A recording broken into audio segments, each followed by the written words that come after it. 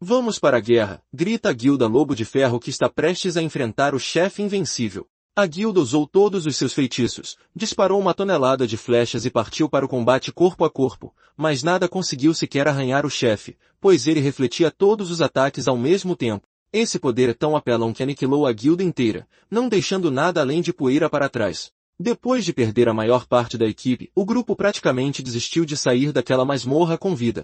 Foi então que o carregador do grupo interveio, pedindo ao líder para segurar seus itens porque ele ia assolar o chefe. O líder achou que o garoto estava brincando, mas quando ele sacou sua armadura super brilhante e começou a se mover tão rápido que nem o chefe conseguia acompanhar, o líder Blade ficou de queixo caído. O carregador percebe que os olhos do monstro são o seu único ponto fraco. Ele avança direto para o chefe e lança um feitiço que ativa o escudo do inimigo de propósito para distraí-lo. O garoto ganha impulso, salta no ar e desce cravando a espada bem nos olhos do monstro. O chefe explode e cai derrotado. Blade não consegue entender nada, porque essa foi a primeira vez que alguém conseguiu concluir essa masmorra. Quando caralhos isso aconteceu? Esse garoto é Sushiro Aya, conhecido no jogo como Jukir, e ele já atingiu o nível máximo. Ele é o único que já concluiu 10 das 30 masmorras secretas. Tudo graças a essa mulher, Kokone, a criadora do jogo. Ela foi assassinada após descobrir que o jogo estava prejudicando os jogadores e tentar desligar os servidores. Mas, antes de morrer, ela transferiu sua própria mente para o jogo. Agora ela é basicamente a guia espiritual dele. Antes de Ayato conhecê-la, ele era apenas um jogador comum de nível baixo sendo massacrado por orcs. Quando ele estava prestes a virar estampa de camisa, do nada, uma garota aparece como um anjo lançando um feitiço insano e explodindo todos os orcs de uma vez. Essa é Kaori, uma velha amiga dele. Naquela noite, eles foram a um bar tomar uma bebida e colocar o papo em dia. Kaori mencionou que tinha um plano para farmar muito ouro.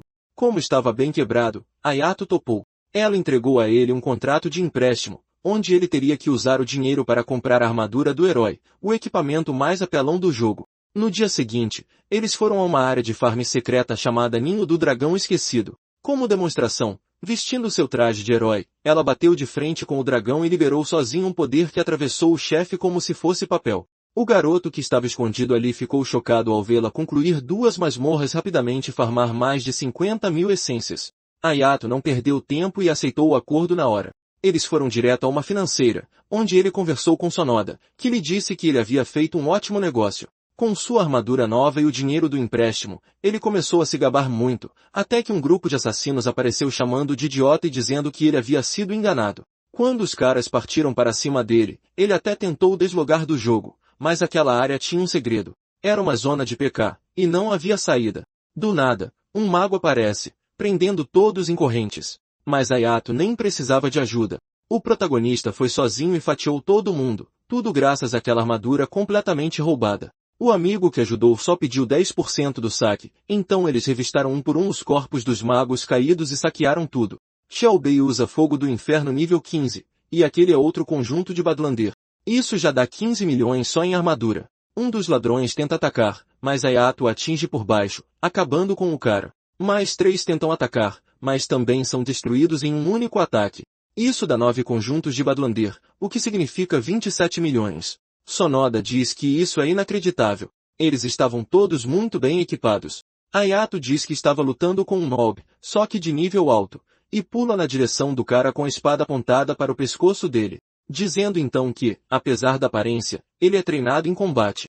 Naquele momento, alguém usa um poder de raio familiar, causando uma enorme explosão no mago. Antes de bater as botas, Shelby diz ao amigo para pagar o que prometeu, e assim 10 almas foram dedicadas ao altar. Estas são as condições secretas que fazem o selo de cristal enfraquecer. O ataque foi lançado por Kaori. Depois disso, ela usa o fogo do inferno nível 30 e o lança na direção do nosso protagonista.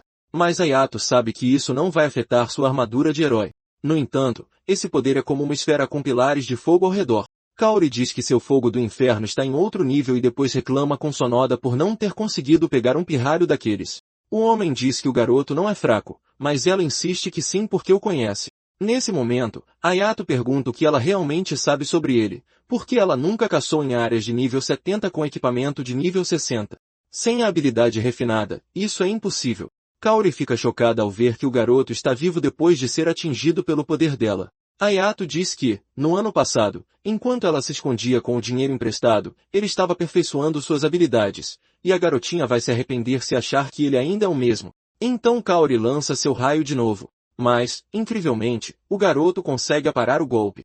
Ela pergunta se ele o poupar ao máximo, e então é atingida no rosto pelo próprio raio. Ayato diz que é isso que ele é agora, mas um símbolo laranja aparece ao redor dele. O jovem fica confuso. Parece até um terremoto, mas as condições secretas foram cumpridas e a área secreta foi aberta. E assim o nosso herói foi transferido para o subterrâneo. É quando ele vê o espírito de uma mulher preso dentro de um cristal flutuante. Ayato se pergunta se ela é um NPC e toca no cristal. A mulher parece familiar, e diz ali que ela é a garota que perdeu a memória. E então tudo explode de uma vez. A garota está livre e flutua na direção dele. Ela então se funde com o garoto, e ele recebe todas as memórias dela, inclusive as mais recentes. Então sua cápsula simplesmente explode, e o garoto sai dali completamente acabado. No fim das contas, ele teve que ficar no hospital. Quando ele acorda, dá de cara com seu amigo Xiaobei. Ele diz que, se não fosse por ele, o garoto estaria morto. Como ele queria garantir que o amigo pagaria a dívida, ele foi à casa dele para checar, e Ayato estava inconsciente. E Xiaobei realmente achou que o garoto estava morto. É quando Ayato se lembra de ter tocado no cristal, e assim que a garota entrou em seu corpo, ele sentiu uma dor de cabeça horrível. E agora ele se lembra de todas as memórias. Infelizmente, o VRS dele está completamente destruído. Nesse momento, o protagonista começa a chorar porque pagou muito caro por aquilo. Na sala de espera, ele percebe que o sistema deve ter dado um bug. 1h30 depois, Ayato está gritando, tentando contar sua história para dois homens. Um deles explica que o VRS não injeta artificialmente nada no cérebro de ninguém e que estão investigando o caso. O garoto só precisa esperar um pouco mais. Nervoso, Ayato diz que é deplorável que os dois não acreditem nele e conta a história mais uma vez. Mas um dos caras sussurra que eles encontraram a causa disso. Não foi um erro de sistema que causou a explosão, mas água pingando do teto que entrou na máquina. Pode ser porque o prédio é antigo, mas está vazando água de um cano no andar de cima. Claro que o jovem não aceitou aquilo, mas o homem repete que a missão da garota que perdeu a memória nunca existiu. Se ele tiver mais perguntas, pode ir ao seu escritório quando quiser. Isso deixa o garoto confuso. Por que se a missão não existe? Então o que ele viu lá? De repente, Sonoda aparece com seus capangas pedindo seus itens de volta, ou a vida dele vai acabar ali mesmo. Ayato não sabe como os caras descobriram que ele está no hospital, mas decide apenas dar o fora dali. Depois disso, ele mudou o local do anúncio dos itens à venda e foi para casa com seu novo VRS. No entanto, as taxas estão altas demais. Além de ter que pagar Xiaobei, ele está completamente sem grana. E o último conjunto de Badlander não tem atributos bons e não está vendendo. Mas depois de vender tudo e pagar as dívidas, ele ainda deve ter uns 300 mil sobrando. Agora o nosso protagonista vai verificar se aquilo realmente foi um erro, então ele volta para Eldorado. Mas, pelo visto, não tem ninguém lá. Porém, pode ser que alguém esteja usando furtividade de novo. Ele usa o relógio de detecção, e realmente não há nenhum jogador. Ayato volta para o centro do símbolo, que o havia levado anteriormente para a área secreta. Uma garota ao lado dele pergunta no que ele está pensando, e ele explica que está procurando uma garota dentro de um cristal. Ela diz que deve ser ela mesma, e o idiota percebe uma coisa. Os dois ficam se encarando, confusos. Ele grita, e ela diz que não é um fantasma. Ayato toca o rosto dela e nota que está numa masmorra rara que ninguém sabe que existe, com uma garota que entende tudo sobre o jogo. Ela pergunta se ele realmente a conhece. O protagonista fica confuso, porque se ela fosse um NPC, uma aura verde apareceria ao seu redor e a garota misteriosa entra no corpo do Ayato de novo.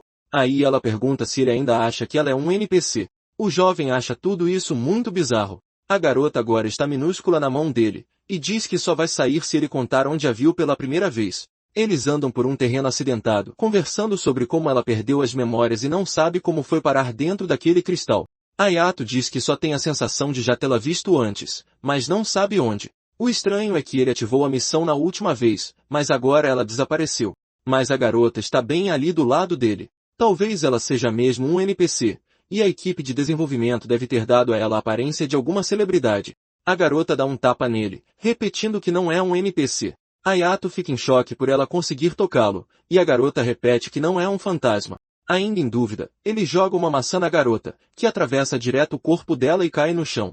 Isso deixa o protagonista ainda mais confuso, mas ela explica que só consegue tocá-lo porque foi o jovem quem a despertou. Ninguém pode vê-la ou tocá-la, exceto o garoto. Ayato fica um pouco envergonhado e intrigado com essa ideia. Ele diz que ser um NPC é difícil, e ela grita que não é um.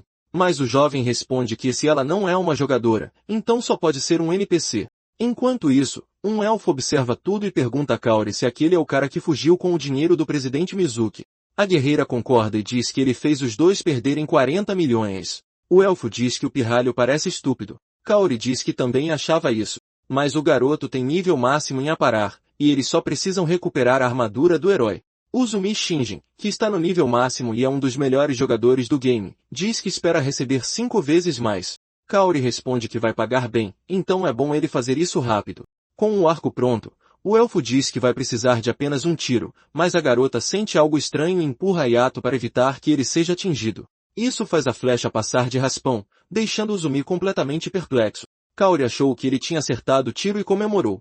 No entanto, o arqueiro fica frustrado porque o desgraçado desviou da flecha, e um contra-ataque vem logo em seguida, mas não acerta nenhum dos dois. Nosso protagonista está pronto para a luta agora. Kaori vê com os próprios olhos que ele desviou da flecha e acha isso impossível. Afinal, Uzumi é o 82º melhor jogador. Irritado, o arqueiro prepara outro ataque, e esse foi tão poderoso que criou uma onda de choque. Hayato está pronto para parar, mas a garota misteriosa dá um chute nele com toda a sua força.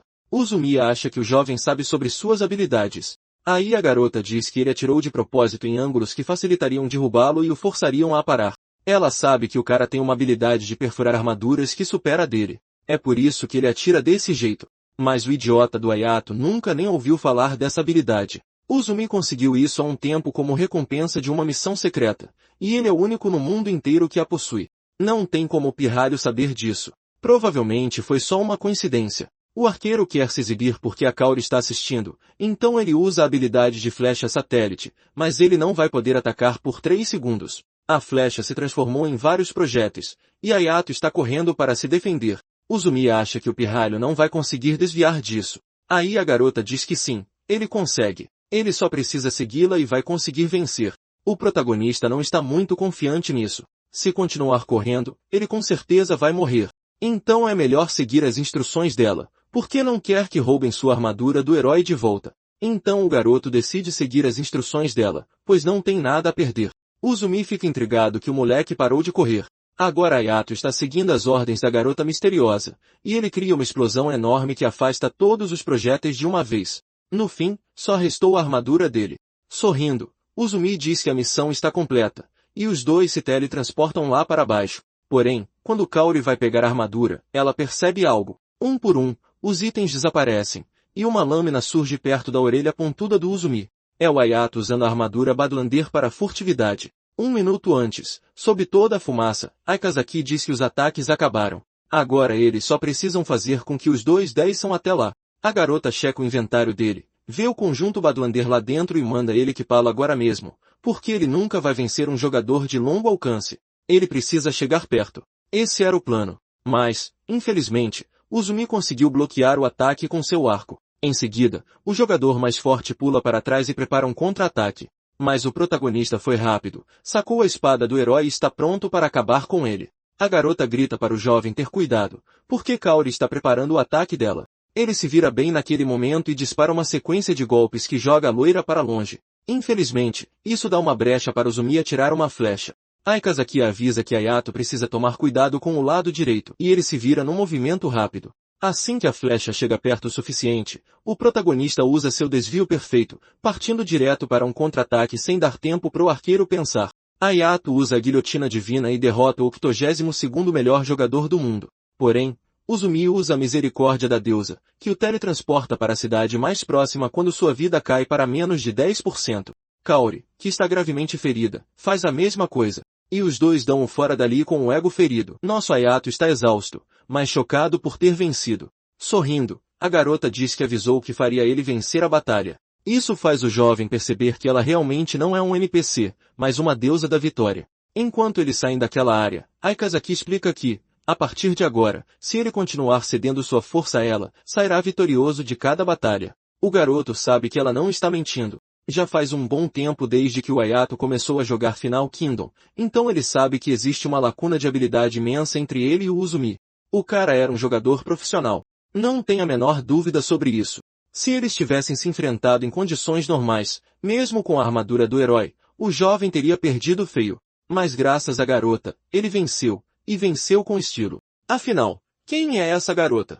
Ela pede ao protagonista que a ajude a recuperar suas memórias, e, em troca, vai ajudá-lo a se tornar o melhor do mundo. A garota não vai deixar que ninguém o derrote nunca mais. Porém, Hayato recusa a oferta. Enquanto veste a armadura do herói, ele explica que a proposta é ótima, mas ele já está com problemas na própria vida, então não tem tempo para ajudar. Aikazaki exclama que, se o jovem se tornar o número 1 do mundo, ele será um campeão e não terá que se preocupar com dinheiro. Hayato diz que ela o fará vencer se ele seguir todas as suas instruções, o que significa que suas únicas opções são segui-la ou perder, e ele nem sequer quer ser famoso.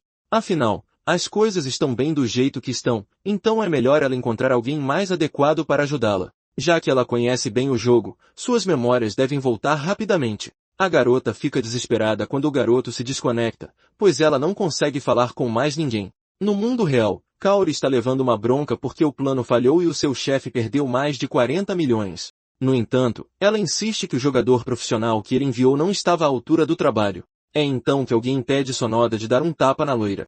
O homem misterioso afirma que fazer todo esse barulho não trará o dinheiro de volta. Kaori deveria ser grata ao presidente por não ter levado um tapa. Ele então pergunta se Hayato realmente derrotou Yuzumi Shinjin, e ela concorda, dizendo que até mesmo o próprio arqueiro pode confirmar isso. Um cara comum derrotando um jogador profissional que aparentemente não era tão talentoso assim. O presidente diz que Hayato poderia ser uma carta interessante para jogar no momento certo. Em casa, o protagonista tem que fazer um pagamento de mais de 15 milhões para quitar sua dívida. Agora o jovem finalmente pagou todo o dinheiro do empréstimo, mas talvez ele devesse ter esperado um pouco, pois ainda tinha algum tempo sobrando. Os humanos realmente gostam de gastar muito dinheiro. Se ele não tomar cuidado, vai acabar sem nada. E ainda tem a questão do Sonoda, que não vai largar do seu pé tão facilmente, e o mundo é pequeno. O garoto tem 290 mil na sua conta. Talvez ele seja um pouco ganancioso, pois poderia estar hospedado em um quarto menor e mais barato, e o protagonista estava pensando em viajar um pouco para o exterior. Mas, por enquanto, é apenas um sonho. Mas, parando para pensar bem, o Final Kingdom também é um tipo de viagem. Enquanto isso, a garota esteve triste por uma semana, esperando Hayato voltar. É nesse momento que ele aparece atrás dela. Ela o abraça com uma força absurda. Hayato pergunta por que ela ainda está ali, e a garota pede para ele pensar novamente sobre a oferta, pois podem encontrar uma maneira de deixá-lo muito rico. O herói ainda não entende e não está interessado, então pede a ela que procure outra pessoa. Mas Aikazaki diz que ele não tem nada a perder em apenas escutar, porque com o plano dela, o garoto não se tornará famoso. Então Hayato concorda em ouvir e fica chocado com o que escuta. Ela segura a mão dele e diz que vai lhe mostrar. O Santuário Amaldiçoado é uma masmorra conhecida por nunca ter sido concluída por ninguém desde o lançamento do jogo. A garota explica que, se eles conseguirem, ela poderá obter o livro raro que tanto deseja. Mas o protagonista acha que foi estupidez segui-la só por causa de um livro, já que aquele lugar é aterrorizante. No entanto, a garota insiste que ele ficará rico lá. Hayato explica que mesmo se as 5 melhores guildas do mundo unissem forças, elas ainda não conseguiriam limpar aquele lugar. E as pessoas que entraram basicamente fizeram um pacto de não falar sobre quais monstros existem lá ou quantos andares possui. Elas apenas disseram que é um lugar projetado para que nenhum jogador consiga vencer. Tecnicamente, para limpá-lo, eles teriam que esperar por um colapso natural. Ele explica que o Final Kingdom é um jogo de realidade virtual criado pela FK Software baseado em um livro, então as missões seguem o caminho da obra original. De fato, o conhecimento sobre ele afeta imensamente a habilidade e a estratégia dentro do jogo. Diante disso, a garota quer saber o que isso tem a ver com essa masmorra. É porque, muito tempo atrás, um rei demônio desceu sobre o continente Pacífico e destruiu tudo por lá para colocar um fim na fera. Todos os reis do continente reuniram um exército para contra-atacar, mas acabaram sendo derrotados pelo poder extraordinário do rei demônio. Então o príncipe Edward, do reino de Aslan, ofereceu seu próprio corpo para selar o monstro, mas fazer isso em um corpo mortal significa que ele só poderá renascer quando o receptáculo morrer. Para evitar isso, Edward entrou no templo para proteger seu corpo do mundo exterior. No entanto, 500 anos atrás, o corpo do homem começou a enfraquecer naturalmente. Conter o poder do rei demônio se tornou algo difícil. Então, certo dia, uma onda de poder sombrio fluiu do corpo do velho e, assim, os 12 lordes demônios nasceram, enfraquecendo o equilíbrio de todo o mundo. No jogo, os jogadores têm o dever de serem os heróis e salvar o mundo. Com base na progressão da história, eles chegarão ao capítulo 2 do momento em que o rei demônio voltar à vida e o velho Edward morrer. Contudo, alguns jogadores profissionais tentaram quebrar o selo mágico por conta própria, matando os 12 lords e forçando o capítulo 2, mas sempre falharam no santuário amaldiçoado. Sorrindo, Aikazaki diz que isso significa que os dois serão os heróis que iniciarão o capítulo 2. Isso deixa Hayato extremamente nervoso, repetindo que não há como vencer aquele lugar porque ele foi feito para ser impossível até que Edward morra, e a garota diz com calma que sabe como limpar o santuário. A confiança da garota deixa o protagonista um pouco confuso. Ela insiste que, desde aquela luta, ele deveria perceber que eles realmente conseguem fazer isso. O garoto então se lembra da incrível batalha de mais cedo, e ela diz que ele é quem decide se vai acreditar nela ou não. De qualquer forma, não é uma área de PVP. Então, mesmo se ele morrer lá, não vai perder os seus itens. Desta vez, o garoto não está sozinho. Qual é o problema em tentar? Ela está garantindo a vitória deles desta vez também, e Hayato percebe que é a mesma expressão da última vez. Não é um blefe. Se isso der certo, ele vai estar nadando em dinheiro. E assim, os dois partem. O protagonista entra no santuário em modo furtivo vestindo o conjunto Badlander. Enquanto isso, a garota explica que as habilidades do mago podem anular a sua furtividade se ele não tomar cuidado. E toda vez que ela der o sinal, o herói precisa atacar. Mas há algo estranho nisso, pois as missões no final Kingdom basicamente consistem em se tornar um herói enquanto se derrota o exército do Rei Demônio. Mas agora parece que ele é um vilão trabalhando para ressuscitar o Grandalhão. Aikazaki pergunta se o jovem quer desistir do livro raro, mas ele diz que é apenas um jogo e que ele só quer o dinheiro. É quando um inimigo o ataca por trás, mas a garota é rápida e chuta Hayato para longe. O cara é forte, e o jovem não faz ideia de como ele o notou. Então o guerreiro desaparece, e o protagonista percebe que a criatura está se escondendo nas sombras. Quando o garoto menos espera, um mago ativa o seu poder e a sua furtividade desaparece de uma vez. Diante de inúmeros inimigos, ele está frito. Eles lançam o ataque, e Hayato corre, trocando de armadura na mesma hora.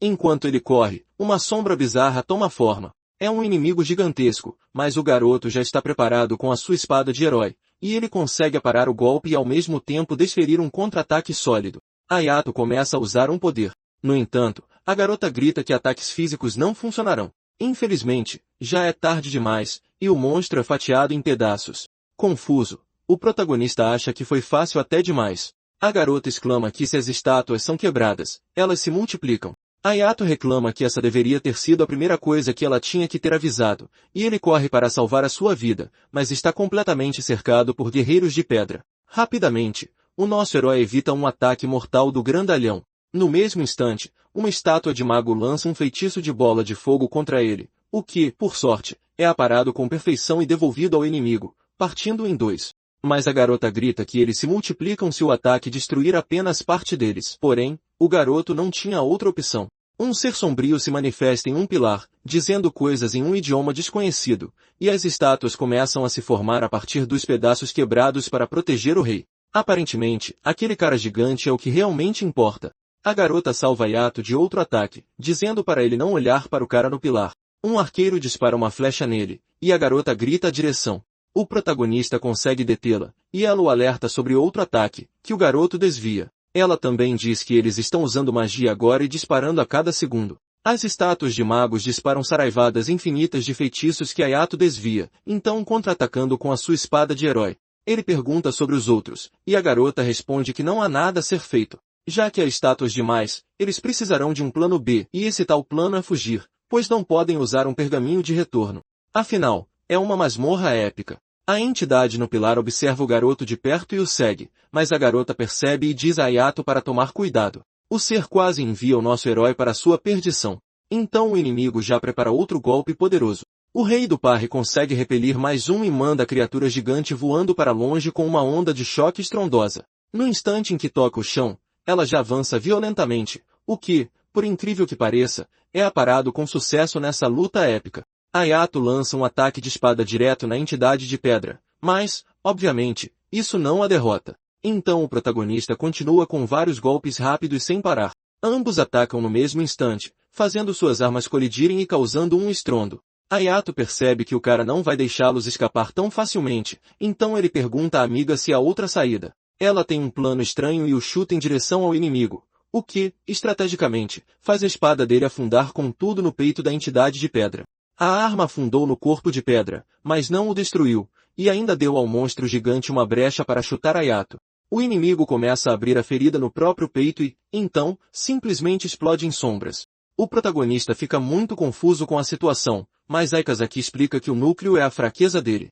Hayato poderia ter feito isso antes, mas ele acabou multiplicando as estátuas antes de chegar ao chefe. É uma estratégia muito difícil de executar para a classe guerreira. Agora, a única saída é destruir as estátuas de pedra até ela dizer que eles podem ir. Confuso, Hayato pergunta se elas não vão se multiplicar, e Aikazaki diz que tem um plano. O herói então continua com seus parries perfeitos, quando o chão começa a ceder sob seus pés, já que os ataques dos guerreiros são pesados mesmo que ele esteja apenas se defendendo.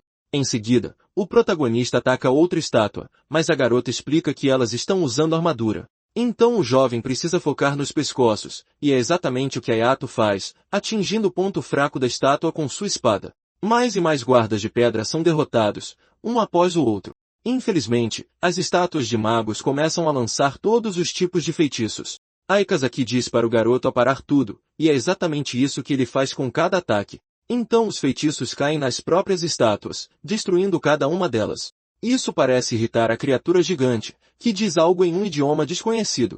Pelo visto, é a habilidade de duplicação das sombras. E, claro, todas elas voltam à vida para proteger o velhote. O exército agora mais do que dobrou de tamanho. Nervoso, nosso garoto confia em Aikazaki, e ela acha que isso vai dar certo. Todos lançam seus ataques ao mesmo tempo, e a garota manda Hayato mudar da ofensiva para a defensiva. Ele apara tudo, e os arqueiros são implacáveis. Aikazaki dá um chute no jovem para evitar que ele seja atingido. Aquele poder vermelho é completamente letal, mas Hayato está ocupado se defendendo de um ataque direto. Quase parece que o protagonista foi atingido, mas ele já partiu para o próximo golpe. Ganhando bastante impulso, ele corta a estátua em vários pedaços. Graças ao aviso de Aikazaki sobre algo vindo da esquerda, o herói consegue aparar as flechas. No entanto, um ataque forte vem por trás e atinge a cintura do garoto, atravessando-o de lado a lado. As flechas também não param. Isso força Hayato a usar uma poção de estamina intermediária. Uma poderosa explosão de veneno começa a se formar nos símbolos roxos, e Aikazaki diz ao jovem para rebatê-la na direção da entidade. O garoto faz exatamente isso, o que a criatura não esperava. Mas, mesmo assim, ela infelizmente consegue escapar a tempo. Mais e mais disparos de veneno começam a vir, e todos são repelidos de volta para o inimigo. Um deles atinge o monstro bem no ombro, e todo o seu corpo começa a se dissolver. Nesse momento, Aikazaki nota que o inimigo está lentamente aumentando o número de sombras para vencer. Eles terão que acabar com ele primeiro, então a única opção é dissolver o cara. Hayato repele vários ataques, gritando que o monstro não tem para onde fugir. E assim, o chefe foi completamente dissolvido, o que faz as outras estátuas desmoronarem. Aikazaki diz que já tinha avisado que aquele cara era o principal e controlava todos eles. Os dois tiveram sorte de usar a explosão de veneno 5 vezes seguidas. Se não fosse por isso, eles não teriam vencido. É um feitiço que os feiticeiros costumam ignorar porque não causa muito dano. Ele pode ser aprendido no nível 50. No entanto, um aspecto incrível dessa habilidade é que ela é o único feitiço capaz de dissolver estátuas de pedra negra. O único motivo para ela ter mandado ele continuar atacando foi para aumentar o número de inimigos, e com isso, a chance de conseguir a explosão de veneno. Aikazaki pega a mão de Hayato e diz, com um sorriso, que eles devem seguir para o próximo andar. Embora o príncipe Edward do reino de Aslan tenha oferecido seu corpo e selado o rei demônio 500 anos atrás, se a vida dele acabar, o monstro gigante retornará. E quanto mais fraco ele fica, mais difícil é conter o poder do demônio. E ali estão os dois, no santuário amaldiçoado, no 39º andar, diante de um enorme monstro águia de 3 cabeças. É o chefe final. Se Hayato falhar, tudo terá sido em vão. O garoto concorda, esquivando-se de um ataque. Cada boca dispara um tipo diferente de magia, e as de fogo e gelo atiram na direção do protagonista. O mestre do parry consegue desviar de todos os ataques. Com isso, Aikazaki grita que a cruz no pescoço do meio é o ponto fraco. Então Hayato faz uma investida com força total, acertando o monstro em cheio. O grifo grita de dor enquanto é destruído. Não satisfeito, o herói afunda sua espada ainda mais. E quando a fera cai, Hayato sobe de nível. Agora ele está no 75, que é o máximo. O último andar foi concluído. Só resta o famoso Edward. Aikazaki explica que se ele perder seu espírito de luta, ele vai perder, porque o cara é mais forte que todos os inimigos que eles enfrentaram até agora. E então o portão se abre. Enquanto Hayato responde que sabe que Edward é um dos mais fortes do jogo, lá está o homem sentado em seu trono. Edward comenta que o pirralho entrou ali sabendo que tipo de lugar era. Uma aura sombria rapidamente emana do homem, e sua defesa física cai em 100%. Graças ao feitiço orgulho do governante supremo. Edward reclama que o garoto cometeu o pecado de perturbar seu descanso, e a defesa mágica do jovem cai em 100%. Enquanto isso, Hayato percebe que isso significa que até um ataque leve pode causar um ferimento fatal. O homem grita para ele pagar o preço com a morte, e sua estamina cai em 100%. Com isso, o inimigo se levanta e se prepara para acabar com o protagonista. Aikazaki é rápida e afasta Hayato com um chute. Se não fosse por isso, ele teria sido morto ali mesmo no primeiro ataque. Isso deixa Edward desconfiado, pois o garoto esquivou mesmo sem estamina. A garota agarra o jovem pelo cabelo, e ele reclama que consegue se esquivar sozinho. No entanto, naquele caso, sem ela, ele teria perdido a cabeça. Os ataques da arma sombria de Edward são muito rápidos e poderosos. Um dos golpes faz Hayato voar longe, e o inimigo avança rápido demais para Aikazaki conseguir ajudar. Acho que desta vez é o fim da linha para o herói. Ele estaria acabado, se não fosse o mestre do parry. As duas espadas colidem com um estrondo alto, e Hayato sofre o impacto, não Edward, o que significa que o parry não está funcionando como deveria. O garoto bate com força na parede com 0 de defesa física e mágica. Além disso, sua estamina foi drenada e o seu parry não está funcionando. Vencer contra um oponente como esse parece impossível. O garoto ainda consegue se defender um pouco com sua espada e agilidade. Contudo, Edward está sedento por sangue e já tem outro ataque preparado. Uma barragem de golpes intensos e sem pausa. Nosso herói está tendo problemas para se defender de tudo isso. E, para piorar as coisas, sua espada racha. Hayato percebe que o cara mirou nela de propósito. Mais um golpe, e a espada vai se quebrar ao meio. Felizmente, Aikazaki puxa o garoto rapidamente para longe. Isso deixa Edward muito confuso. Ele se vira e imediatamente lança outro ataque contra a espada dele. O garoto está estatelado no chão com sua cara espada de herói quebrada, e ela desaparece. Como a durabilidade chegou a 0, Aikazaki diz ao garoto para parar de chorar e continuar na luta, porque Edward não vai descansar. A garota fica feliz ao notar que o inimigo ergueu o braço e puxa Hayato para longe da onda de choque. Isso abre um buraco na parede, e Aikazaki diz ao jovem para correr para lá. Há uma armadura incrível lá, novinha em folha. As pessoas que lutaram contra o Rei Demônio 500 anos atrás deixaram o equipamento lá. Edward nota isso e parece um pouco incomodado, mas é porque ele se lembrou de seus velhos amigos. O idiota não consegue correr porque não tem vigor. Então Aikazaki agarra a mão dele e o arremessa de uma vez. Isso deixa o grandalhão furioso, reclamando que ele vai contaminar o equipamento de seu companheiro. Seu ataque de espada cria uma onda negra com relâmpagos que persegue o protagonista. A espada está tão perto, mas não há como saber se Hayato vai conseguir a tempo. Uma enorme explosão acontece na sala. Aikazaki fica muito preocupada com seu amigo. O jovem está de pé diante de uma espada de luz. Edward diz que Arondick escolheu o pirralho como seu sucessor. Ele não consegue mais soltar a espada. Ela é lendária e causa 500 de dano. É a espada que seu inimigo usou para selar o Rei Demônio.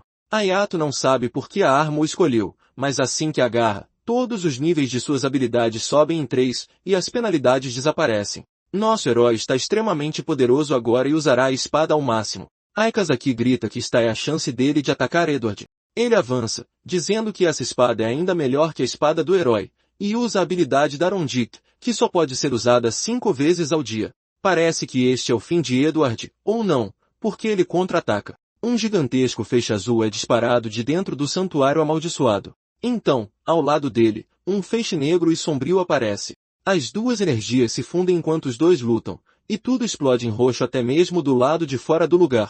Nosso herói está estatelado sem armadura porque sua durabilidade chegou a 0. No entanto, Edward ainda parece perfeitamente bem. Como o garoto está sangrando, ele está sofrendo dano contínuo, e o cara não parece machucado. Ele estende a mão na direção do herói e usa sua habilidade de sacrifício, restaurando a vida de Hayato e perdendo a sua própria no processo. Nesse momento, Edward diz que sempre esteve esperando por seu sucessor, e o garoto ainda é inexperiente. Mas há uma possibilidade. A energia do homem é repassada ao garoto, assim como suas memórias de guerra. Seus amigos morreram, e Edward jurou que nunca perdoaria o Rei Demônio. O homem cortou todos os ataques do monstro, mas não conseguiu derrotá-lo apenas com seu poder.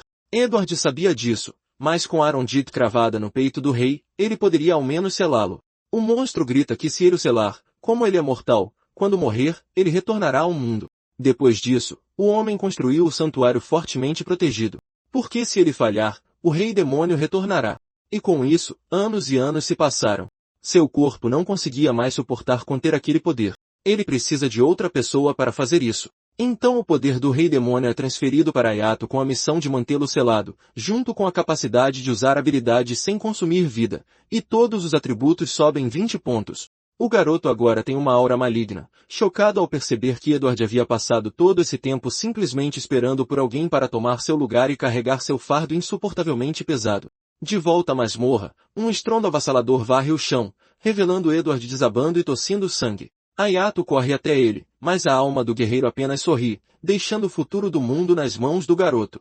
Antes mesmo de Ayato entrar em pânico, o lugar entra em erupção, disparando um colossal pilar de luz que rasga os céus e aciona um anúncio global do sistema. Jogadores por todo o mapa param o que estão fazendo, atordoados ao verem que a morte de Edward inaugurou uma nova era.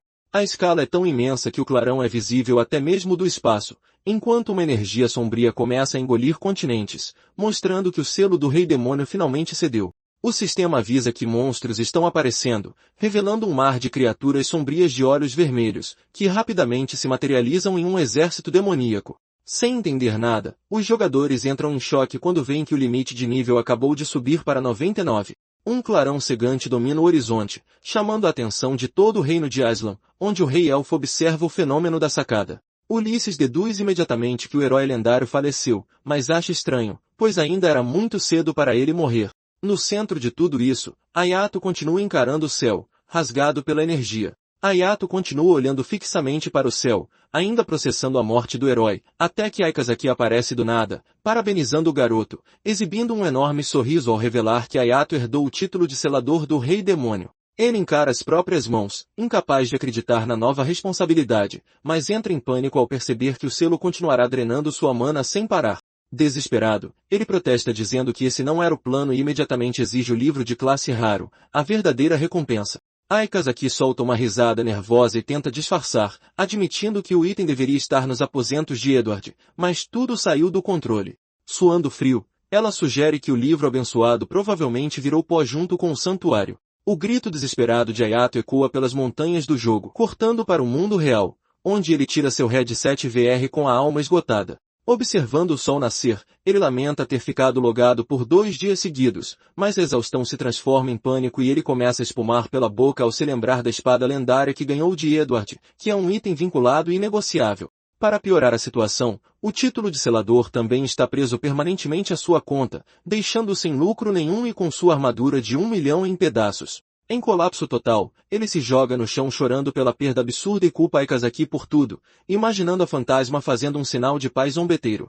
Tremendo da cabeça aos pés, ele mal consegue ficar de pé, desabando no chão e admitindo que está com tanta fome que não tem força nem para ficar bravo. Vendo o relógio marcar 6h35, ele lamenta que não pode nem pedir delivery, decidindo se arrastar para fora e vagar pelas ruas vazias, procurando um restaurante 24 horas. Mas a busca é interrompida quando uma van preta passa por ele e freia bruscamente, estacionando bem ao seu lado. De dentro do veículo, 3 figuras sombrias o encaram em silêncio, fazendo Ayato arregalar os olhos e suar frio ao perceber que o perigo bateu à sua porta. O líder ordena que verifiquem o rosto da vítima, arrancando o saco da cabeça de Ayato, e ele pisca confuso ao se ver jogado no chão, cercado por um trio ameaçador. Seus olhos se arregalam quando ele reconhece os sequestradores, lembrando-se de quando solou e roubou essa mesma equipe no deserto do jogo. O homem de terno e óculos grita, exigindo os itens de volta e ameaçando matá-lo se ele recusar. Percebendo que foi sequestrado por causa de Lute, ele dá um sorriso nervoso, suando frio ao se dar conta de que está completamente ferrado. Longe dali, a cena corta para um prédio residencial sob a luz do luar, revelando o Shoma estatelado na cama, resmungando por ter que entregar partidas falsas contra novatos. Shoma fica ali entediado, soltando um suspiro ao se lembrar da proposta absurda que recebeu. Ele sabe que as arenas subterrâneas parecem ser ignoradas pelos profissionais, mas, na realidade, esses torneios estão cheios de veteranos aposentados. Coçando a cabeça, ele se lembra de que até mesmo aqueles monstros suam sangue por uma única vitória e trinca os dentes só de pensar que mandaram ele competir naquele inferno. Furioso, ele mostra o dedo do meio para o teto, resmungando que essa era exatamente a resposta que ele deveria ter dado na hora. O problema é que, na prática, ele acabou de joelhos cercado por uma gangue, chorando enquanto os homens de terno pressionavam a aceitar o esquema. Tentando esquecer a humilhação, Shoma resmunga que seria melhor dormir, enquanto a cidade noturna toma conta da tela. Longe dali, em um escritório bem iluminado, um subordinado entrega uma pasta ao seu chefe, que a abre imediatamente para verificar. O homem de terno sorri ao ver a lista de lutadores recrutados, ouvindo do funcionário que eles atraíram os melhores representantes das 3 arenas subterrâneas mais populares da Ásia. Satisfeito, ele elogia o trabalho duro, ciente de que convencer essas pessoas a mudar de lado não é uma tarefa fácil. Ele então desliza um envelope grosso pela mesa como recompensa, fazendo o gerente fazer uma reverência imediata para agradecer pelo bônus. Em vez de sair, o gerente hesita e fica parado, fazendo o homem de terno notar seu desconforto e perguntar se ele tem algo a dizer. O subordinado cria coragem para fazer uma pergunta, querendo saber por que eles arrastaram aquele tal de Sun Voo para o esquema, já que a equipe de elite que recrutaram deveria ser mais do que suficiente. O chefe concorda, imaginando veteranos se enfrentando em batalhas colossais, o que lotaria as arquibancadas com fãs. Comparando a situação com um crossover épico com Batman e Homem de Ferro se espancando, ele garante a ele que o hype do evento faria o dinheiro das apostas chover em suas contas. Mas então ele ajeita os óculos com um sorriso presunçoso e pergunta se o funcionário realmente acha que apenas isso é suficiente. O subordinado fica atônito e pergunta como ninguém nunca havia pensado em um esquema como esse antes. O chefe mantém a postura, explicando que as grandes arenas subterrâneas preservam seu monopólio molhando a mão de pessoas poderosas. Ele exibe um sorriso ganancioso, ilustrando uma terceira empresa injetando dinheiro para roubar os jogadores estrelas da concorrência, deixando seus donos originais espumando de raiva. Suando frio, o gerente pergunta como eles lidaram com esses novatos atrevidos e ouve que a solução foi simples. As empresas antigas subornaram os lutadores de volta. Com um olhar sombrio, o homem de terno diz que aplicar um golpe e fugir não é mais uma opção, revelando a silhueta ameaçadora de um chefão fumando um charuto.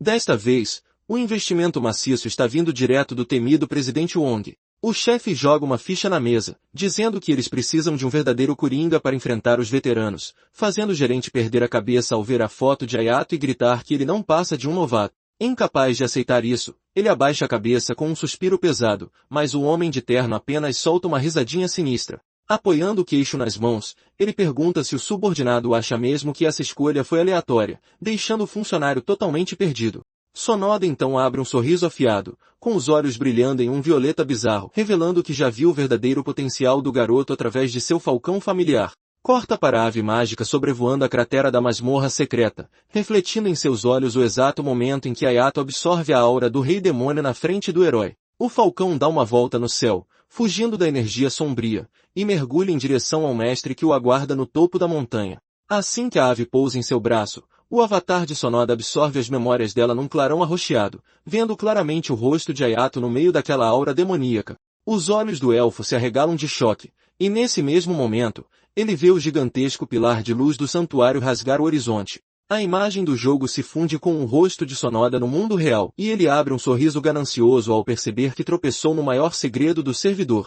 Sem entender nada, o gerente esparramado no chão só consegue tentar imaginar o que diabos o chefe viu para ter a ousadia de apostar o futuro da empresa num moleque qualquer.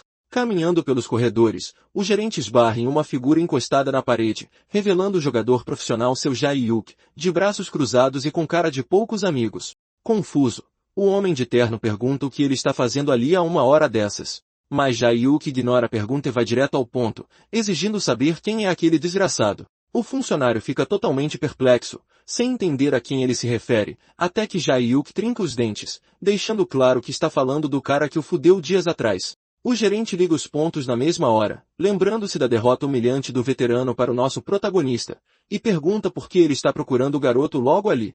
Jae-yuk abre um sorriso afiado, dizendo que a empresa também perdeu milhões por causa do novato e com certeza já deve ter rastreado o paradeiro dele. Em pânico, o homem tenta tirar essa ideia da cabeça do jogador, lembrando que ele levou uma surra do garoto mesmo lutando em dupla. O ruivo trinca os dentes, fervendo de ódio só de lembrar daquela humilhação. Perdendo a paciência, ele avança e agarra o gerente pelo colarinho, que se encolhe, mas ainda o provoca, perguntando se ele vai dar desculpas e dizer que apenas abaixou a guarda. Tremendo de pura fúria com a provocação, ele empurra o engravatado e o solta. Sem dizer uma palavra, ele vira as costas e sobe as escadas, bufando de raiva enquanto o funcionário ajeita o paletó e aproveita a brecha para conduzir a conversa. Então ele joga a isca. Uma nova arena clandestina está prestes a abrir, e o garoto com certeza vai aparecer por lá. Jae-yuk para bruscamente vira o rosto, interessado na informação. Com um sorriso malicioso, o gerente diz que se ele realmente quiser uma revanche, tudo o que precisa fazer é se inscrever no torneio. O gerente solta uma risada irônica, lembrando de que, como jogador profissional, ele seria banido para sempre se fosse pego num torneio clandestino. A cena corta para a fachada de um gigantesco estádio de esportes, onde a multidão vai à loucura assistindo a uma partida oficial. No telão, o número 32 do ranking mundial, Kim Seon-won, avança contra o oponente, puxando apressadamente a corda do arco para se defender. O grandalhão dá um sorrisinho confiante, rebatendo a flecha no ar com um soco brutal. Titânio. O arqueiro estala a língua ao ver o ataque falhar, deixando a guarda aberta para o lutador, que já prepara o próximo golpe com o punho brilhando de energia. Pressionado, o arqueiro ativa olhos de águia, esquivando-se por um triz de um soco colossal.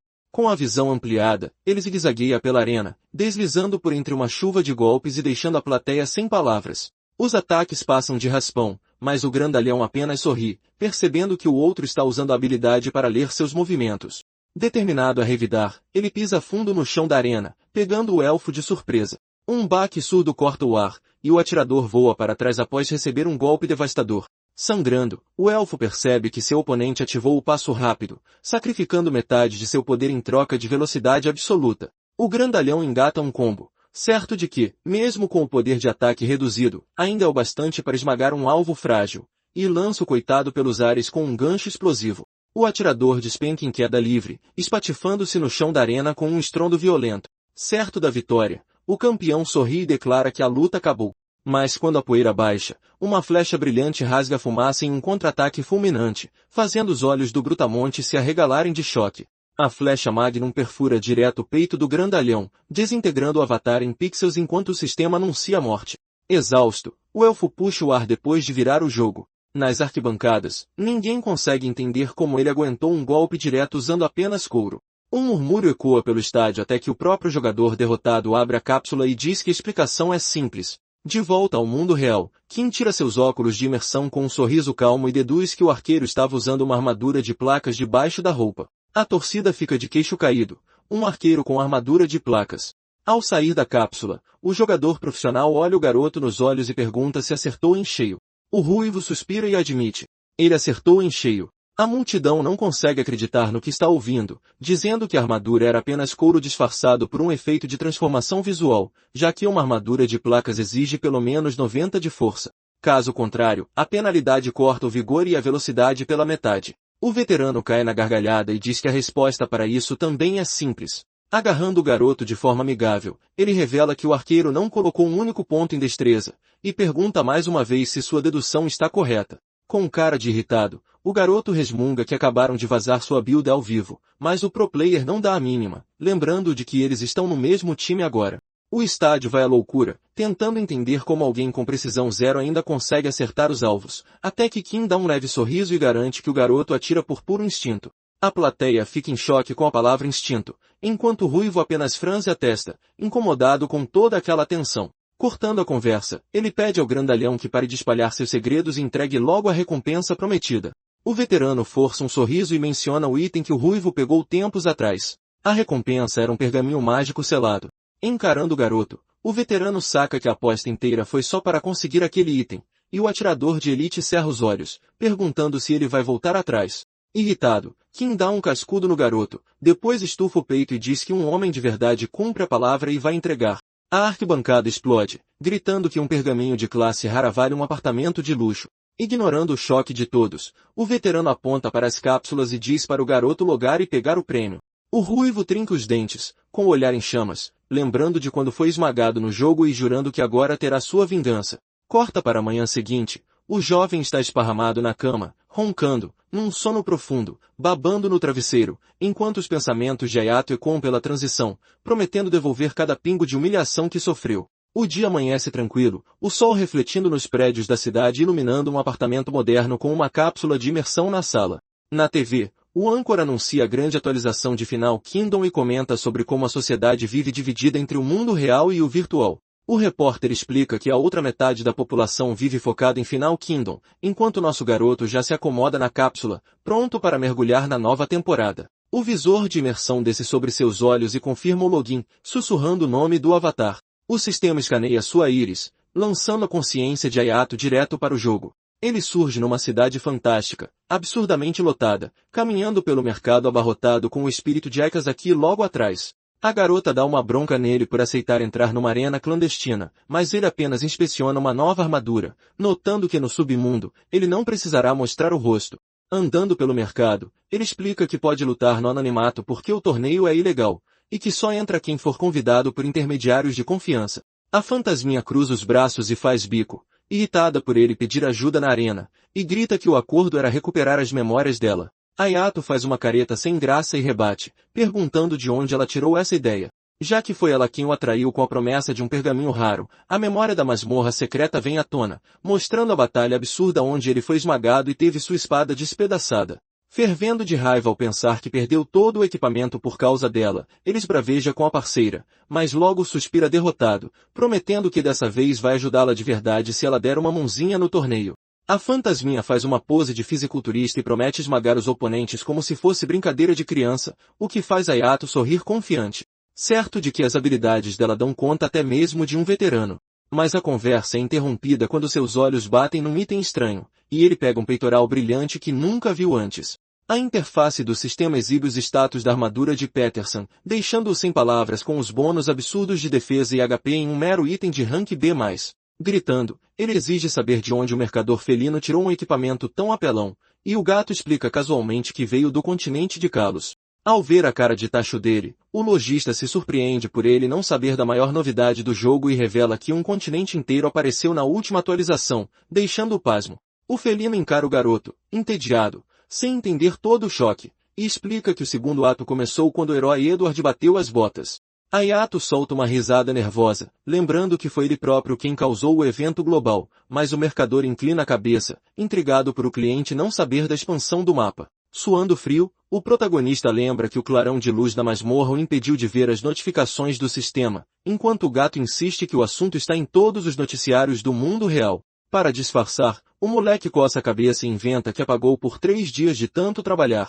O lojista engole a desculpa e revela que os itens medianos de Kalos batem de frente com os equipamentos de rank de Aslan, suspirando ao lembrar como isso despencou os preços em Aslan. Ouvindo a reclamação, Ayato vira o rosto imediatamente, ligando os pontos.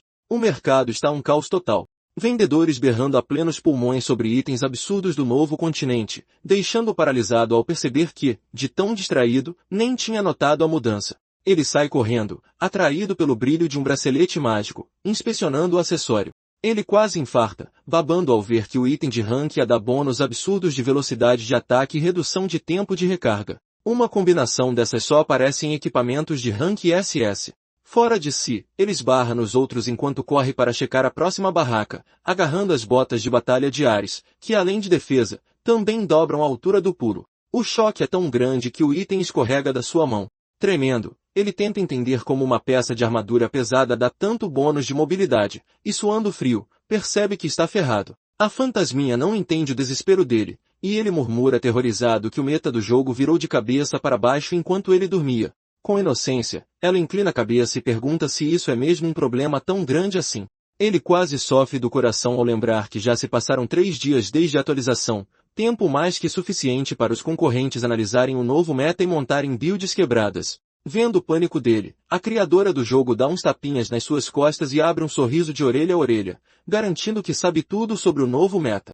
Os olhos de Ayato se arregalam instantaneamente, percebendo que a consciência dela recebe atualizações do sistema em tempo real. Sem perder um segundo, Ayato agarra firmemente a mão do pequeno fantasma, puxando sua parceira para farmar e se adaptar ao novo meta o mais rápido possível. A cena corta para uma ilha vulcânica isolada no meio de um mar laranja. Dentro da cratera, uma criatura começa a emergir, erguendo-se tão alto que alcança os céus, mas a grande fera parece estar com indigestão e cospe uma pessoa. Parece que o protagonista solou outro chefão. E Ayato faz uma pose vitoriosa ao receber a armadura amaldiçoada do dragão marinho como recompensa, sorrindo após finalmente concluir seu farm de itens. Longe dali, uma tocha estala em uma parede escura, revelando o tapete vermelho de uma imponente sala do trono. O presidente Wond pergunta sobre o status das preparações para o torneio clandestino.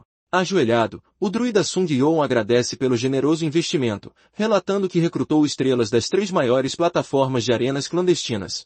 Com muitas pessoas contando os dias para o evento, Wong acaricia a barba ao notar que o evento já atraiu os maiores apostadores e sorri, com os olhos brilhando de ganância, prevendo muitos candidatos além dos que já foram contratados.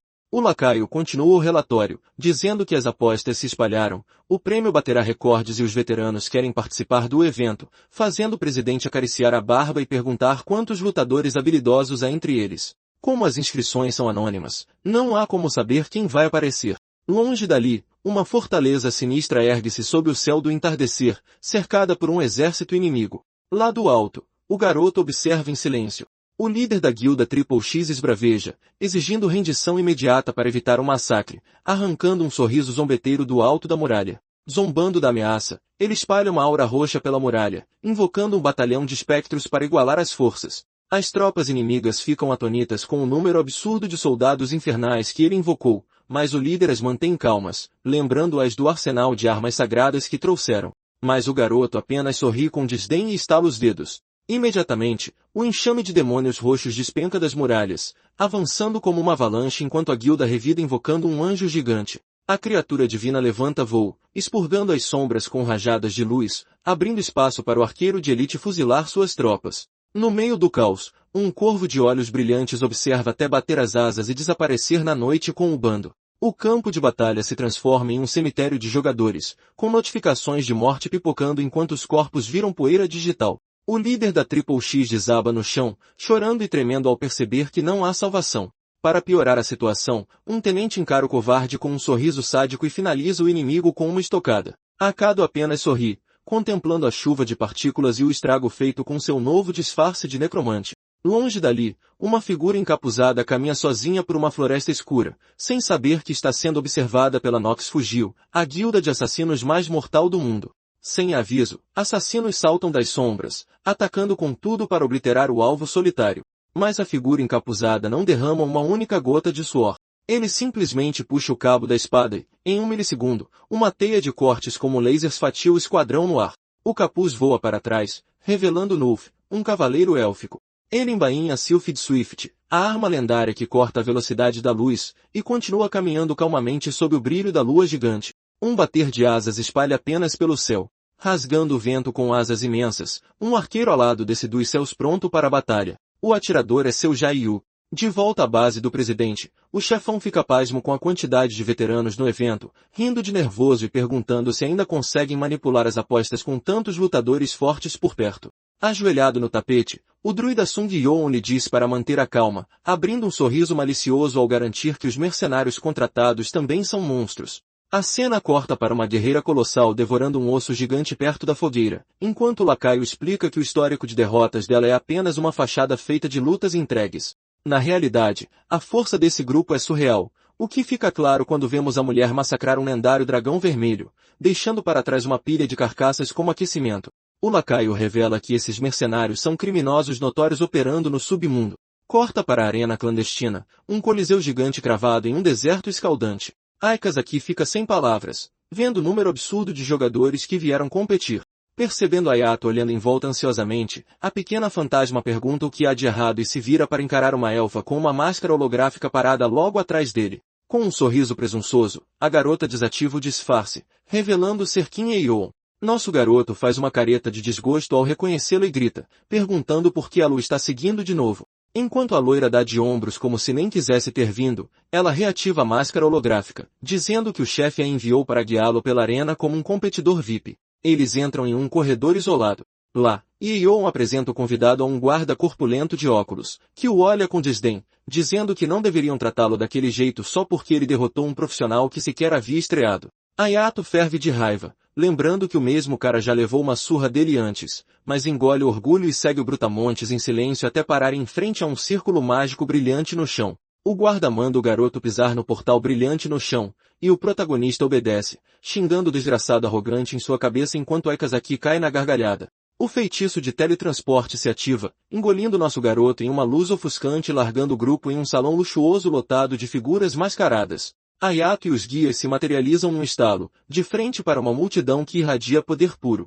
Assassinos e guerreiros sinistros enchem cada canto do salão. O protagonista olha em volta e pergunta que lugar é aquele. O guarda de óculos responde, explicando que a sala VIP para jogadores escolhidos a dedo pelo diretor MES, já qualificados para o torneio principal. Nosso garoto engole em seco sob a pressão da atmosfera enquanto um gigante o encara de cima com os braços cruzados. O guarda revela que os veteranos foram contratados pelo diretor MES para atuar como os manipuladores do torneio. Ou seja, mercenários pagos com o intuito de manipular os resultados das lutas. Mas como são criminosos imprevisíveis, a organização duvida que eles sigam um roteiro. Olhando para Yato, o guia diz que é por isso que ele foi chamado de Joker. Com um sorriso zombeteiro, o Brutamontes duvida que o novato dê conta, fazendo Aikazaki bufar de indignação. A pequena fantasma manda o velho cuidar da própria vida, insistindo que seu parceiro é imbatível. Ignorando a bronca espectral que ele sequer pode ouvir, o guarda empurra o protagonista por trás, deixando o garoto fervendo de ódio com a audácia do lacaio. Ayato tropeça após o empurrão do guarda e se joga no sofá, emburrado e de braços cruzados. Um largo sorriso quebra o gelo, revelando o anfitrião de chifres ao entrar no salão e agradecer a todos pela presença. O homem vai direto ao ponto, explicando que o torneio terá 16 participantes. 12 dessas vagas já pertencem à elite reunida ali, e as outras 4 serão decididas nas preliminares antes do início da fase eliminatória. Caminhando pelo tapete, o organizador os lembra de que o dinheiro do evento vem da manipulação das lutas, arrancando um sorriso malicioso de um mercenário ao dizer que todos devem fingir suas derrotas conforme o roteiro da direção. O anfitrião de chifres estende a mão, pedindo com um sorriso que todos desativem suas máscaras e se apresentem. Ayato se assusta ao ouvir que terão que mostrar os rostos. Suando frio, ele reclama que não quer ser reconhecido num lugar obscuro como aquele, fazendo a elfa suspirar de tédio. Ayato surta ao ouvir que revelar as identidades é o padrão do torneio, questionando como isso faz algum sentido num evento ilegal. Mantendo a calma, Yeon diz que quanto mais ilegal o negócio, maior a confiança entre os parceiros, e que conhecer os ex-profissionais torna mais fácil encenar lutas críveis para o público. Ayato se irrita quando a loira ri dele por ser o único amador ali. Com um brilho digital, as máscaras começam a se dissolver uma a uma, revelando os rostos calejados dos veteranos. Os olhos do protagonista se arregalam ao reconhecê-los, identificando o loiro relaxado como o primeiro campeão da Liga Europeia. Logo ao lado dele, um guerreiro ruivo em armadura pesada impõe respeito, seguido por um homem de sobretudo, uma lenda viva do jogo. Mesmo sem nunca ter estreado como profissional, nosso garoto fica sem palavras ao se ver cercado por ex-prodígios dos esportes, mas logo franze a testa com desconfiança. Olhando para o resto da multidão, ele fica curioso sobre os recém-chegados estranhos, como a gigante amazona e o baixinho encapuzado. Enquanto a sala VIP ferve, a arena principal treme com o público indo à loucura com as partidas preliminares. Na arena, um ladino mascarado avança contra um arqueiro, saltando para trás e esquivando no último segundo. Os dois trocam golpes num ritmo frenético até ele notar que o arqueiro está apenas se esquivando, torrando seu próprio vigor. Sorrindo com confiança, ele admite que enfrentar arqueiros com armas de curto alcance é um pesadelo, mas mantém a pressão. Ele conhece uma fraqueza fatal. Apesar de serem letais, a recarga de um segundo deles é a sua ruína. Mesmo sendo mais rápido que o tempo de conjuração de um mago, puxar uma flecha da aljava cria a brecha perfeita para um contra-ataque. O ladino explica que aquele único segundo necessário para puxar e atirar uma flecha é a maior falha da classe, e que tudo o que você precisa fazer é manter a pressão de perto para torná-los completamente inúteis. Observando a enxurrada de ataques, o atirador apenas se esquiva e espera que o vigor do inimigo acabe. Percebendo a estratégia de seu oponente, o usuário de adagas mascarado sorri e revela que está equipado com a bênção de Hermes. A bota de rank S de Eulita reduz o custo de vigor ao avançar para 0. O elfo percebe que seu vigor vai acabar primeiro se a luta continuar nesse ritmo, estalando a língua por ter que recorrer a isso já nas preliminares do torneio. Sem outra escolha, ele prepara uma habilidade deslumbrante, deixando o ladino atordoado com o brilho da arma. A flecha de luz rasga o ar, forçando o ladino a se jogar no chão para evitar ser vaporizado. O atirador fixa o olhar nele, sem dar trégua. Ele prepara o próximo tiro, forçando o lutador mascarado a executar um movimento acrobático aéreo para escapar do raio. Sem perder o ritmo, o elfo puxa 3 flechas de sua aljava de uma só vez, enquanto o guerreiro pousa e se lança à frente em um salto para encurtar a distância. O ladino avança, certo de que cortar o tempo de recarga garantirá sua vitória, mas o oponente simplesmente solta a corda do arco, disparando a flecha. No último segundo, o cara se esquiva, mas sem dar a ele um momento para respirar, o arqueiro já dispara outra flecha. O ladino congela quando vê um novo virote. Ele mal consegue reagir ao próximo virote e percebe que o tempo de recarga do inimigo caiu para meio segundo. Sangue espirra de sua boca quando outra flecha perfura seu abdômen, confirmando a insana cadência de tiro de 0,2 segundos. Frio como gelo, Shinjin puxa um projétil envolto em relâmpagos e sela a vitória cravando o tiro bem no centro da testa dele. A multidão vai à loucura. No meio das arquibancadas, um sorriso astuto aparece, revelando Ulisses, o 13º rei de Aslan, assistindo a tudo de perto e nota o jogador profissional sacando 3 flechas de uma vez, eliminando movimentos inúteis e reduzindo o tempo de recarga ao extremo. Ao seu lado, o servo luta para ser ouvido e pergunta por que Sua Majestade veio a um torneio clandestino. Rindo, o rei diz que queria ver as lutas secretas em seu próprio território com seus próprios olhos. O lacaio insiste. Por que não organizar logo um torneio oficial? Ele concorda que seria uma ótima ideia, mas sorri maliciosamente ao lembrar que certos jogadores só aparecem no submundo. O lacaio está completamente perdido, sem entender nada. Longe dali, na sala de espera, Blade mantém os braços cruzados, varrendo o salão com um olhar afiado. Perto dele, o garoto se encolhe no sofá, suando frio, intimidado no meio de tantos jogadores profissionais. O organizador de chifres vai para a frente do salão, anunciando que o sorteio da chave principal vai começar agora. Ele diz a todos para ativarem o modo anônimo, e luzes azuis varrem os corpos dos guerreiros, vestindo a multidão com as skins do jogo para esconder suas identidades. Ayato se assusta ao ver os competidores desaparecerem de repente, mas a elfa ao seu lado revira os olhos e diz para ele parar de agir como um nob porque está passando vergonha. Ela aponta para o cartão em cima da mesa, explicando que é um pergaminho de teletransporte direto para a arena principal. Quando ele pega o cartão, Blade lança um olhar afiado em sua direção, fazendo a fantasma, Aikazaki, congelar no lugar. A atmosfera fica pesada até que a magia de invocação começa a brilhar por todo o salão. A garota engole em seco, achando que o cara de cabelo prateado está olhando para ela, mas não há tempo para reagir antes que o clarão engula os dois completamente. O cara de cabelo prateado é tirado de seu transe por um homem enorme de armadura rosa, mas ele disfarça imediatamente, dizendo que só estava perdido em pensamentos por um momento. Enquanto ativa o modo anônimo, o rosto de Blade é coberto pela luz, abrindo um sorriso sinistro e confessando que nunca imaginou que encontraria a criadora do jogo naquele lugar.